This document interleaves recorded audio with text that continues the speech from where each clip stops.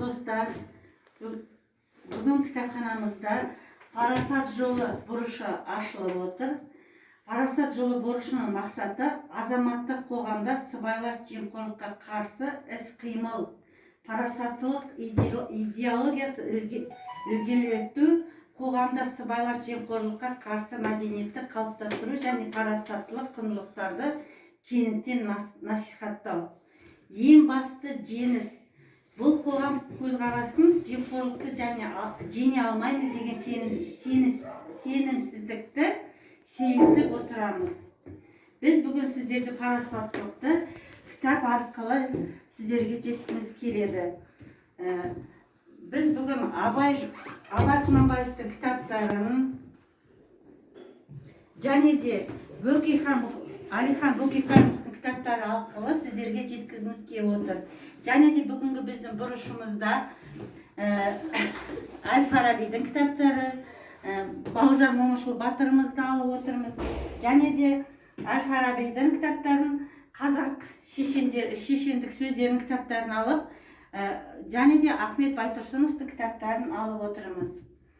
Келесі сөзді біз Гүлжауһар Қанышқызына сөз береміз.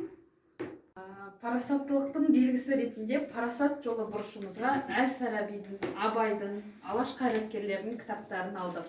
Парасаттылықты, адалдықты ақын жазушыларымыздан алсақ дейміз. Ақыл ғой абыз бұқар-жырау, дәулетке, баққа қызықпа, арынды ақсатпа, малға сатпа, ол мәңгілік нәрсе емес, өзгереді, өзгенді көз көреді дейді. Ал арамзалық алысқа шаппайды, арамзанның құйрығы бір-ақ тұтам, ұзаққа бара алмайсың. Халықтың шындық атты қақпаны бар, адалдық атты тұзағы бар, соған түспей өтпейсің деп ескертеді. Жаманмен жолдас болсан, көрінгенге күлкі етер, жақсымен жолдас болсан, айырылмасқа серт етер деп бірліктің басталатын қайнар көзін ашып береді. Ахмет Байтұрсынұлы Алаш қайраткері былай деген екен: басқалардан жаман болмас үшін білімді, бай және күшті болуымыз керек. Білім алу үшін оқу керек, бай болу үшін сізге мамандық қажет. Күшті болу үшін бірлік қажет. Автордың тәкаппарлық, надандық, тақырыптарға апаратын жол, даналық шексіздікке. Ахмет Байтұрсынұлы нағыз патриот болу, өз халқына адал және әділ қызмет ету Ахмет Байтұрсынұлының өмір тарихы осыған үйретеді. Добрый день всем слушателям. Сегодня мы собрались в библиотеке Кокпертинской, чтобы открыть выставку «Парасат жолы. Дорога добропорядочности». Для того, чтобы молодое поколение узнала свои корни, традиции, обычаи, воспитывалась в духовной нравственности. И я зачитаю вам слова Абая, слово первое, слова назидания. «Хорошо я жил или плохо, а пройдено немало, в борьбе и ссорах, судах и спорах, страданиях и тревогах. Дошел до преклонных лет, выбившись из сил, пресытившись всем, и обнаружил бренность и бесплодность своих деяний. Убедился в унизительности своего бытия. Чем теперь заняться? Как прожить оставшуюся жизнь?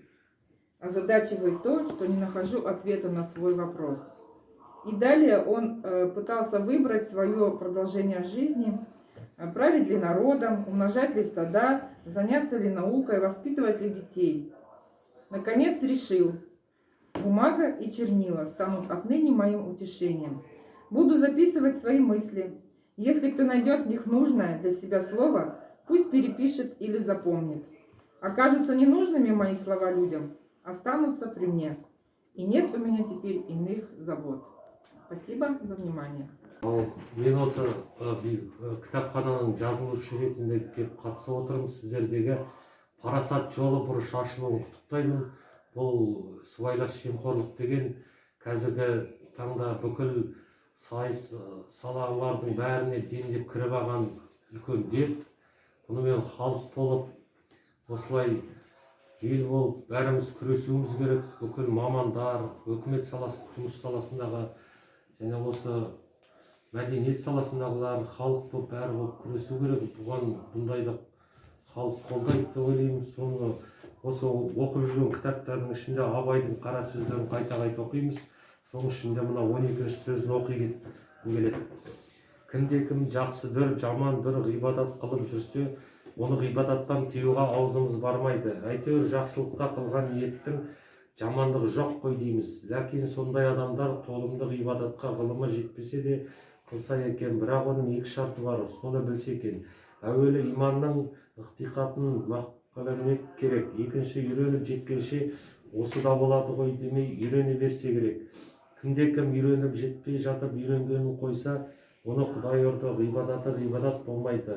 Уә ләкин кімде-кім иман неше нәрсе бірділән кәмелет табатығының да неше жерден бұзылатынын білмей, басына шалма орап, бірадар ата атын көріп, рузашыл, намазшыл болып жүргені көңілге қылаң бермей тұрып, жартысын салғанға ұқсайды. Осы кітапханадағы көп ақын жазушылардың несінде бәрінде осы сыбайлас жемқорлыққа қарсы көп сөздер бар. Осыны оқуға шақырамын.